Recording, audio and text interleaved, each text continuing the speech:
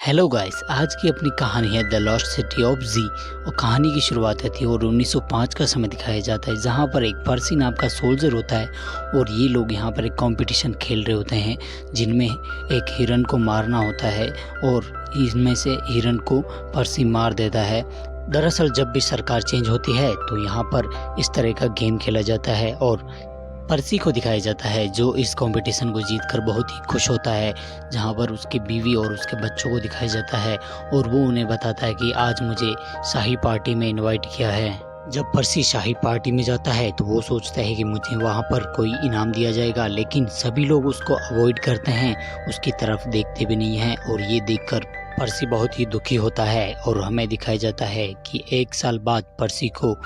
Royal geographical society London भेज दिया जाता है, जहां पर उसे बताया जाता है कि अभी बोलीविया और ब्राज़ील के बीच में युद्ध होने वाला है। ये युद्ध अमेज़न के जंगलों के वहाँ होगा, जहाँ पर अपना रबर का बहुत बड़ा बिजनेस है और अमेज़न के जंगल के वहाँ बोलीविया और दोनों ही देशों की बाउंड्री होती है, जो कि जिस पर दोनों ही देशों का हक होता है। अगर वहाँ पर युद्ध होता है तो हमें बहुत बड़ा नुकसान होगा और तुम्हें हमने इस मिशन के लिए नियुक्त किया है। और अमेज़न का जंगल बहुत ही खतरनाक है, उसकी सतह तक सूरज की रोशनी भी नहीं पहुंच पाती है और वहां पर कई कबीले वाले भी रहते हैं जो कि बहुत ही खतरनाक हैं। अगर तुम इस मिशन को सक्सेसफुली कंप्लीट कर लेते हो तो तुम्हें बहुत बड़ा इनाम दिया जाएगा जो कि सरकार की तरफ से होगा। अगर और पर्सी को दिखाया जाता है जो अपने परिवार को अच्छी ज़िंदगी देना चाहता है और उसके लिए उसे पैसों की ज़रूरत होती है और वो इस मिशन के लिए हाँ कर देता है। और उसे दिखाया जाता है, उसे एक हेनरी नाम का आदमी मिलता है जो उसे कहता है मैं भी तुम्हारा इस मिशन में साथ दूंगा।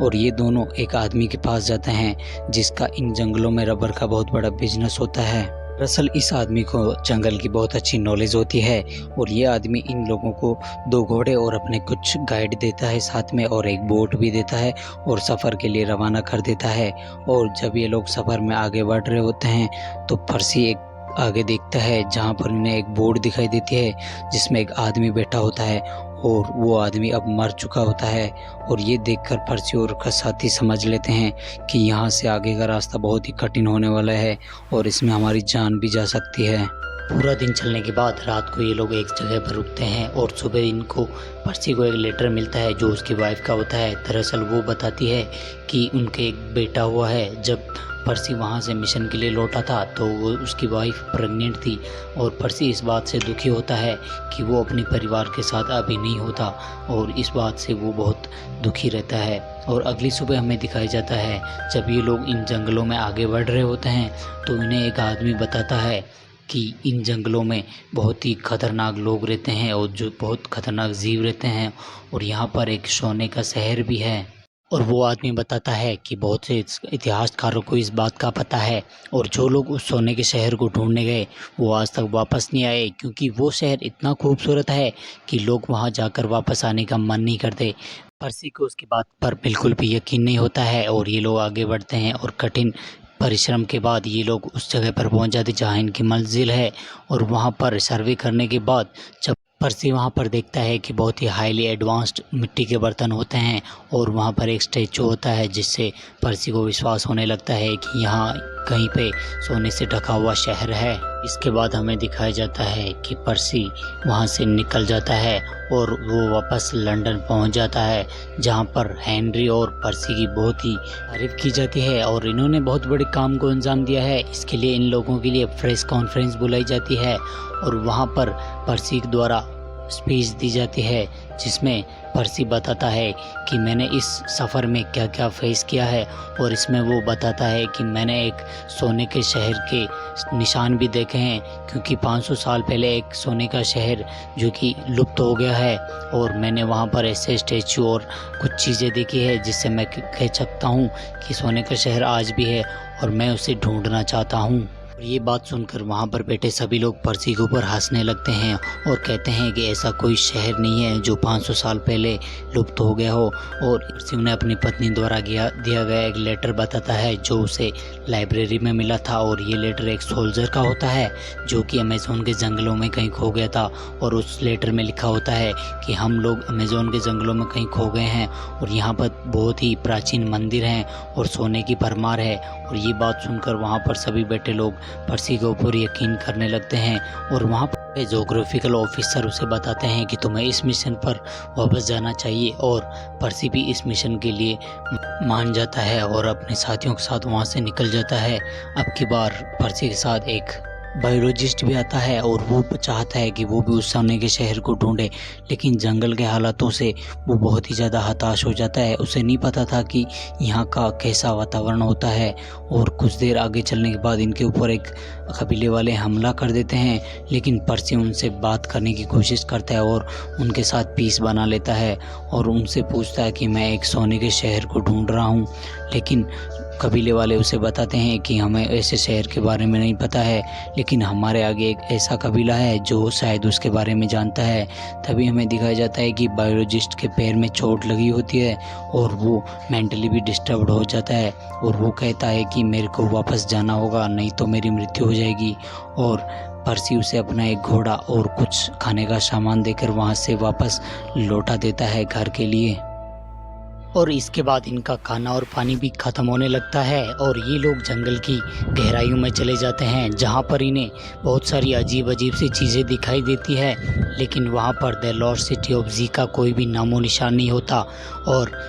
पर्सी का पुराना साथी हेनरी और पर्सी दोनों हताश हो जाते हैं और इसके बाद ये घर जाने की, वापस अपने शहर लौट जाने की सोचते हैं।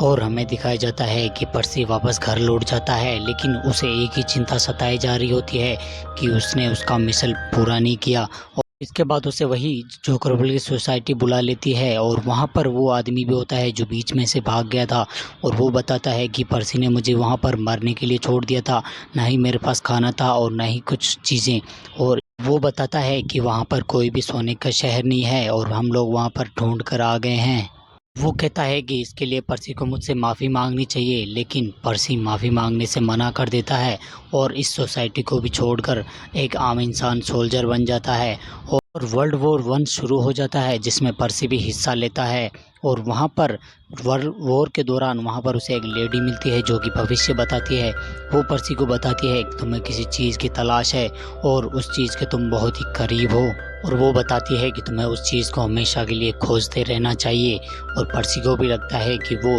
द लॉस्ट सिटी ऑफ जी के बहुत ही करीब था और उसे वापस से उसे ढूंढना चाहिए। लेकिन वॉर के दौरान पर्सी जब वॉर में होता है तो वहाँ पर उसकी आंखों की रोशनी चली जाती है क्लोरीन गैस की वजह से, और कुछ समय के लिए उसकी आंखों की रोशनी चली जाती है और उसे वहाँ पर बहुत बड़ा पुरस्कार भी दिया जाता है। लेकिन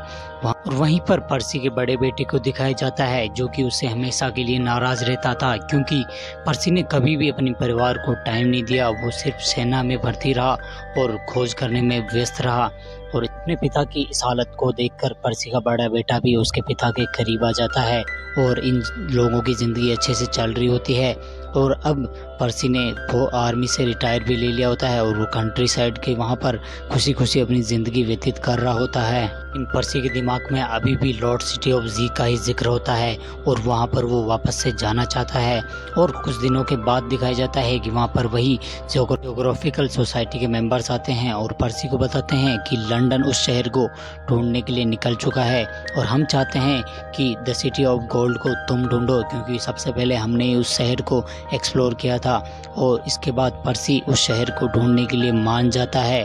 तभी हमें दिखाया जाता है कि पर्सी वहाँ से निकलने की कोशिश कर रहा होता है, तो वो बताता है कि उसी के बेटे ने ही सिटी ऑफ गोल्ड के बारे में लंदन को उसी ने बताया था।